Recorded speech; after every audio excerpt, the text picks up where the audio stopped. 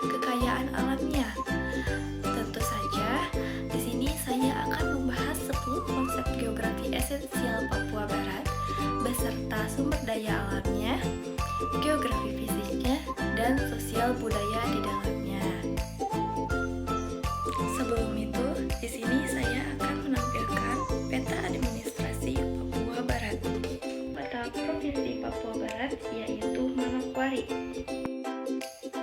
Yang pertama, ada Kabupaten Pakpak, Kabupaten Kaimana, Kabupaten Manokwari, Kabupaten Manokwari Selatan, Kabupaten Pegunungan Arfak, Kabupaten Teluk Bintuni, Kabupaten Teluk Wandama, dan Kota Sorong. Selanjutnya, di sini saya akan membahas 10 konsep geografi esensial di Papua Barat. Yang pertama, lokasi. Papua Barat terletak di sebelah barat Pulau Papua, dan secara astronomis, Papua Barat terletak di antara 0 derajat sampai 4 derajat lintang selatan dan 124 derajat sampai 132 derajat bujur timur. Yang kedua, jarak. Yang pertama yaitu jarak antar kota. Papua Barat merupakan provinsi dengan wilayah yang cukup luas, sehingga jarak antar kotanya cukup jauh. Misalnya, jarak antara Kabupaten Manokwari dan Kota Sorong adalah 300 km. Yang kedua, jarak ke ibu kota provinsi. Kabupaten Provinsi Papua Barat banyak yang berjarak jauh ke ibu kota provinsi yaitu Manokwari. Misalnya saja, Kabupaten Pakpak yang berjarak sekitar 450 km ke Manokwari. Yang ketiga yaitu jarak relatif, di mana dapat dihitung menggunakan waktu tempuh perjalanan. Misalnya, jarak dari Kabupaten Manokwari ke Kota Sorong yaitu sekitar 300 km dan menggunakan pesawat terbang menempuh waktu sekitar 1,5 jam. Ketiga, keterjangkauan, di mana akses transportasi Papua Barat memiliki infrastruktur transportasi yang terbatas, terutama di daerah pedalaman.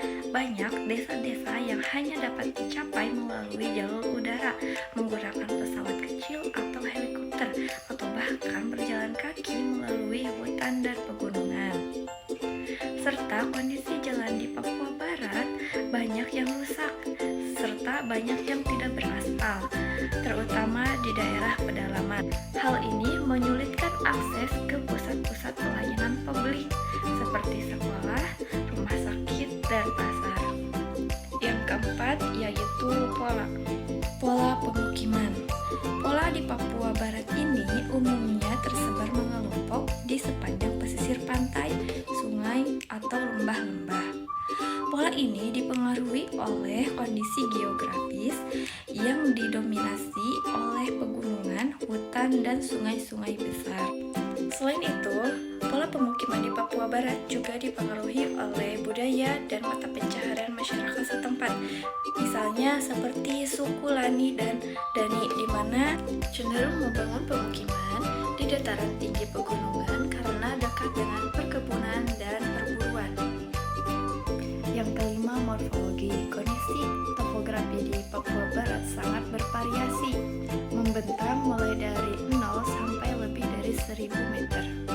Papua Barat sendiri memiliki pegunungan Mauke dan Jayawijaya, serta memiliki banyak sungai. Kemudian kondisi geologisnya. Papua Barat terletak di zona patahan aktif sesar Sorong, menjadikannya rentan gempa bumi serta tsunami, di mana Kabupaten Manokwari merupakan salah satu kabupaten yang rentan terhadap gempa bumi. Aktivitas ini disebabkan oleh pergerakan lempeng yang tidak teratur, termasuk lempeng Australia dan lempeng Pasifik. Yang keenam, aglomerasi. Kota besar di Papua Barat seperti Kota Sorong menunjukkan pola aglomerasi perdagangan dan jasa. Di pusat-pusat kota terdapat tempat pemusatan aktivitas ekonomi seperti pertokoan, perbelanjaan, bank, dan lain sebagainya. Kemudian yang ketujuh ada interaksi dan interdependensi. Berbagai wilayah di Papua Barat saling terhubung dan saling bergantung satu sama lain, seperti pertambangan dan perkebunan. Memiliki interaksi dengan pusat-pusat ekonomi dan perdagangan. Selain itu juga, daerah-daerah di perkotaan Papua Barat juga bergantung pada daerah pedesaan sebagai pemasok bahan pangan. Interaksi dan interdependensi wilayah inilah mendorong untuk pembangunan ekonomi regional. Yang kedelapan, nilai kegunaan. Provinsi Papua Barat ini memiliki sumber daya alam yang sangat luar biasa, baik itu dari pertanian, pertambangan, hasil hutan, dan lain sebagainya. Untuk potensi pertanian di Papua Barat seperti kopi, kakao, pala, dan kelapa. Untuk pertambangan Papua Barat sendiri yaitu memiliki potensi mineral seperti emas, nikel, tembaga, dan lain sebagainya. Untuk hasil hutannya yaitu berupa kayu, rotan, dan hutan produksi lainnya.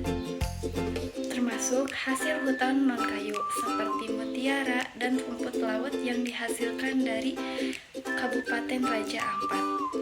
Kemudian, Provinsi Papua Barat juga memiliki potensi wisata alam dengan memanfaatkan keindahan alamnya seperti Raja Ampat dan Taman Nasional Teluk Cendrawasih. Hal ini menjadi daya tarik wisata untuk mendukung ekonomi lokal. Yang kesembilan, diferensiasi area.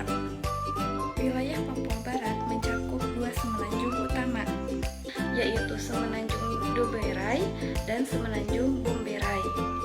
Secara geografis terdapat batas wilayah Papua Barat. Sebelah utara berbatasan dengan Samudra Pasifik, sebelah selatan berbatasan dengan Laut Banda dan Provinsi Maluku, sebelah barat berbatasan dengan Provinsi Papua Barat Daya dan Provinsi Maluku, dan sebelah timur berbatasan dengan Provinsi Papua Tengah dan Teluk Cendrawasih. Papua Barat memiliki luas sekitar.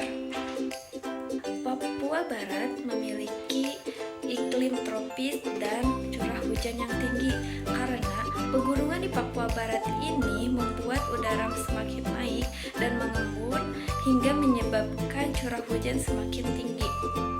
Di mana Provinsi Papua Barat ini memiliki keanekaragaman etnis yang memiliki 300 lebih bahasa. Salah satunya ada bahasa Abun, Kalawal, Sentani, dan sebagainya. Untuk agamanya di Papua Barat sendiri mayoritasnya yaitu agama Kristen. Selanjutnya budaya-budaya di Papua Barat. Terdapat 255 suku yang ada di Papua Barat. Salah satunya yaitu ada suku Arpak. Di mana suku Arpak ini adalah suku terbesar di Papua Barat dan mendiami di pegunungan Arpak dan merupakan struktur suku yang terkuat. Kemudian ada rumah adat di Papua Barat yaitu rumah Hanoi dan rumah kaki seribu. Kemudian ada upacara adat di Papua Barat. Kemudian ada pakaian adat yaitu rok rumbai bagi perempuan dan laki-laki. Kemudian Papua Barat memiliki makanan khas yaitu kue lontar dan ikan bakar manokwari, serta memiliki tarian yaitu tarian Ari Aniri. Yang ke-10, keterkaitan antar ruang. Di mana keterkaitan antar pusat ekonomi dan daerah penghasil sumber daya seperti Kota Sorong merupakan pusat ekonomi dan perdagangan wilayah penghasil sumber daya alam serta pertambangan di Timika dan perkebunan di Manokwari, di mana mereka memiliki keterkaitan erat dengan pusat ekonomi tersebut hingga hasil sumber daya alamnya didistribusikan